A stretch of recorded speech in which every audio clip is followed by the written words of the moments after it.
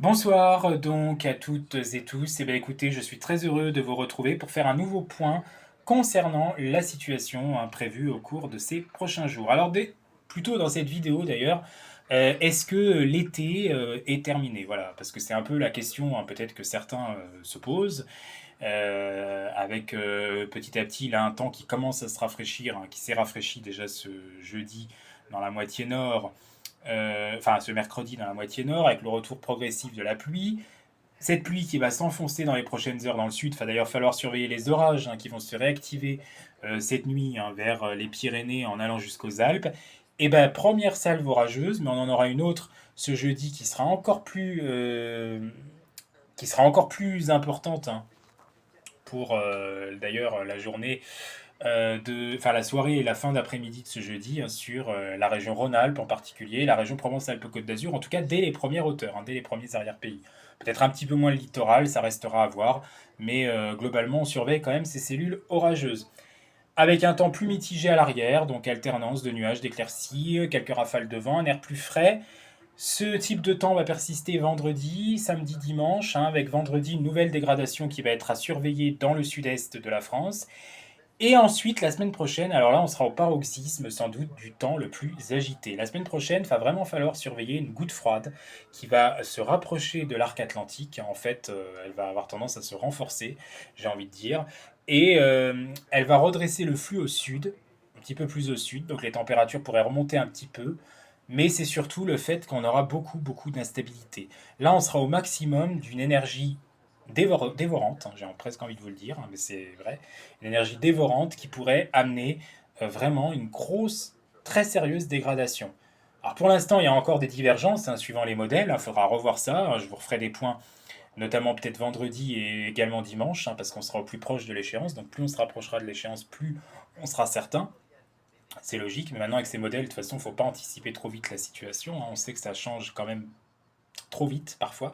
Mais a priori, les orages seront quand même assez forts. Et on peut être sur quelque chose de fort, même peut-être violent, en tout cas fort et bien général pour la semaine prochaine, et notamment lundi sur les régions de l'ouest et du sud. La situation vraiment qui sera à surveiller, parce que dans un premier temps, ça serait l'ouest et le sud, mais ça pourrait se généraliser à tout le pays. Parce qu'on va avoir possiblement une tempête tropicale. On va avoir les restes d'une onde atlantique qui va se rapprocher également et qui va interagir avec cette goutte froide. Donc vous imaginez un petit peu ce qu'on pourrait avoir la semaine prochaine, même si c'est loin, on pourrait avoir quand même de grosses intempéries qui ne sont pas complètement impossibles. Mais de toute façon, il y a beaucoup de sites météo et même d'amateurs qui voyaient cette situation, d'amateurs comme nous, qui voyaient cette situation, que potentiellement, entre le 24 et le 29 août, on serait sur la semaine potentiellement de l'été la plus intéressante. Et ben oui, peut-être bien ce qui semble se préciser, se confirmer. Donc vraiment à surveiller, bien évidemment. Alors la grande question, parce que ça aussi, vous vous la posez, du coup, est-ce que ça veut dire que l'été et la chaleur, c'est terminé? Eh bien non, absolument pas, puisque justement, il n'est pas complètement impossible, même si c'est encore très loin, c'est quasiment à 15 jours d'échéance, un petit peu moins, 14 jours, quoi, on va dire, 13 jours, mais ça reste quand même très loin dans le temps pour les modèles, mais il n'est pas impossible qu'on reparle de nouveau de chaleur pour le début du mois de septembre, avec le retour d'un temps sec et de l'anticyclone. Alors, est-ce que ça sera durable ou pas? Ça, c'est encore tôt pour le dire, peut-être pas. Peut-être que par la suite, il y aura d'autres dégradations orageuses qui finiraient par revenir, d'autres gouttes froides. De toute façon, en septembre, c'est encore de plus en plus le cas au fil des années d'avoir des situations intéressantes et parfois des gouttes froides tardives et des systèmes orageux tardifs, même outre que le sud-est, parce que le sud-est, eux, ils rentrent dans leur saison, bien sûr. Mais voilà, ça sera à voir. On ne peut pas trop le savoir encore, c'est encore très tôt pour le savoir. On peut même pas confirmer ou pas si on irait vers une nouvelle situation de chaleur pour le début du mois de septembre. Voilà. Et puis je veux pas trop non plus en parler parce que pour l'instant on commence à peine à la quitter dans la moitié nord et on la quitte pas encore au sud. On va la quitter que demain. Donc je préfère pas trop parler de ça. Je préfère laisser le suspense à son comble pour l'instant, comme on dit. On verra bien. En tout cas, ce qu'on sait, c'est que là, c'est agité pour demain et vendredi dans le sud-est. On a quand même des risques orageux qu'il va d'ailleurs falloir surveiller à nouveau demain soir et dans la nuit de jeudi à vendredi parce qu'on aura possiblement une nouvelle salve qui va remonter vers les Landes, enfin qui va atteindre les Landes, les Pyrénées et se décaler ensuite dans la nuit vers le Languedoc-Roussillon. Donc l'Occitanie sera touchée, mais Languedoc-Roussillon ensuite et ensuite de nouveau PACA, peut-être, hein, et en tout cas les Alpes, hein, l'ensemble de Rhône-Alpes, vendredi. Et puis le week-end un petit peu transitoire avant ce temps potentiellement très agité attendu pour la semaine prochaine. Donc c'est après qu'on verra si oui ou pas, c'est au fil de la semaine prochaine, un risque de chaleur tardive pourrait revenir. Et puis voir l'intensité de cette chaleur. Est-ce qu'on parlera simplement d'un coup de chaud, de quelques jours, de 3 jours à peine? Est-ce qu'on parlera vraiment d'une vague de chaleur, un petit peu plus longue déjà, ou est-ce que ça sera également un risque de canicule? Bref, on n'en sait rien hein, pour l'instant, j'ai envie de vous dire, c'est flou et c'est normal, c'est encore très loin.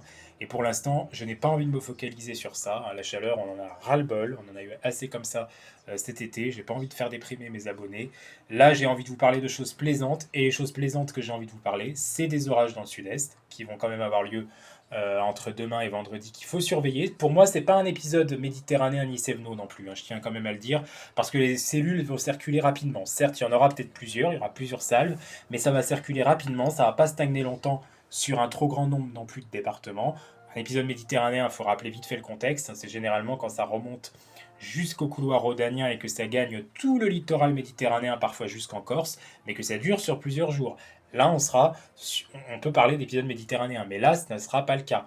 Ceci dit, on fait quand même attention à ces cellules orageuses avec une mer méditerranéenne qui est particulièrement chaude, excessive. On a des pointes, j'ai observé hein, et j'ai analysé ça, qui vont parfois jusqu'à 33 voire 34 degrés en mer Méditerranée. Vous imaginez la combustion, l'énergie que ça peut donner pour ces orages, hein, malgré tout. Donc même si on ne parle pas d'épisode séveno ni méditerranéen, il faut quand même vraiment se méfier de ces cellules orageuses hein, qui auront lieu entre ce jeudi et ce vendredi hein, sur la région Rhône-Alpes, hein, jusqu'au Var, hein, en tout cas dès les premières hauteurs, et jusqu'aux Alpes-Maritimes. Le littoral, c'est un peu plus incertain. Est-ce que ça sera vraiment touché ou pas? Peut-être, hein, quand même. Il faut suivre sur le direct, hein, moi je pense.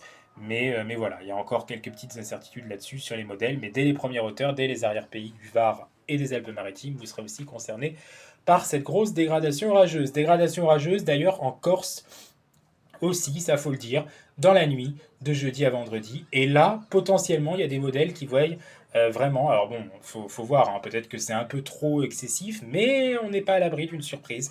On se souvient très bien du 18 août 2022, et beaucoup de modèles n'avaient pas anticipé cette dégradation hein, sur la Corse. On avait eu des vents vraiment historiquement forts, avec un orage monstrueux qui avait balayé l'ensemble de l'île de Beauté. Donc honnêtement, on n'est pas à l'abri d'une surprise, et comme on dit, mieux vaut, pardon, prévenir que guérir. Voilà. Sur ce, passez une excellente soirée à toutes et tous, et à très vite. Merci.